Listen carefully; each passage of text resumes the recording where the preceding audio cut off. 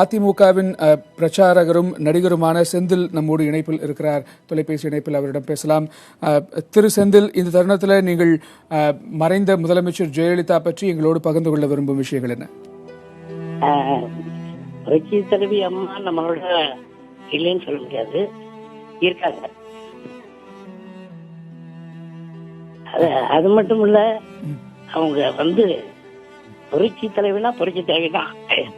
எதுவுமே புரட்சி தலைவமா செய்வாங்க.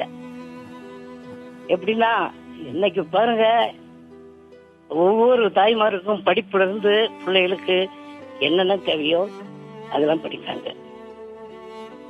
லேப்டாப் சொல்லலாம், இன்னும் அம்மா உணவு சொல்லலாம், தங்கத்துக்கு தாலி, நிறைய சொல்லிக்கிட்டே போலாம், நிறைய இருக்கு. இப்படி நான் முதல்ல ஐஸ்வர்யன் நடிகரும் அப்ப அமைச்சருமா இருந்தார், துணை அமைச்சர். அப்ப அவர் கூட தான் போய் சேர்ந்தேன். அதுக்கப்புறம் சேவல் சின்னத்துல திருச்சி ஒத்த கடையில நான் பேசினேன். பேசிய பிறகு அங்க ஒரு பெரிய கரெக்டா ஆயிடுச்சு. அப்ப டிஎம்கே ஆச்சு. அதுக்கப்புறம் அம்மா லாட்ஜ் வந்துட்டாங்க. நான் 2 மணி நேரம் சென்று வந்தேன். என்ன கரெக்டா அவ்வளவு மாட்டிக்கிட்டீங்களா அப்படின்னாங்க. எல்லாம் மாட்டிக்கிட்டு, எனக்கு ஒரு சேரு, அம்மாவுக்கு ஒரு சேரு, வேற யாருக்குமே சேரு. அவ்வளவு நடிகர் மேலையும் அந்த அவங்களும் நடிகருடைய, அதனால அவ்வளவு மதிப்பு எனக்கு கொடுத்தாங்க. அதுக்கப்புறம் என் பையன் கல்யாணம் நடந்துச்சு.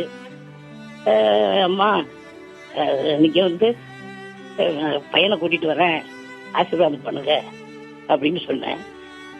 அப்ப இல்ல நான் வருவேன் அப்படின்னாங்க. அதே மாதிரி வந்துட்டாங்க. இப்படி என் 60ஆம் கல்யாணத்தை கூட அவங்க இப்ப வாழ்த்துனாங்க. பல முறை என்னை வாழ்த்திருக்காங்க. என்ன வேணும் செந்தில், என்ன வேணும் மாட்டேன். நான் தான் இல்லம்மா உங்க அன்பு இருந்தா போதும் அப்படின்னு சொல்லுவேன்.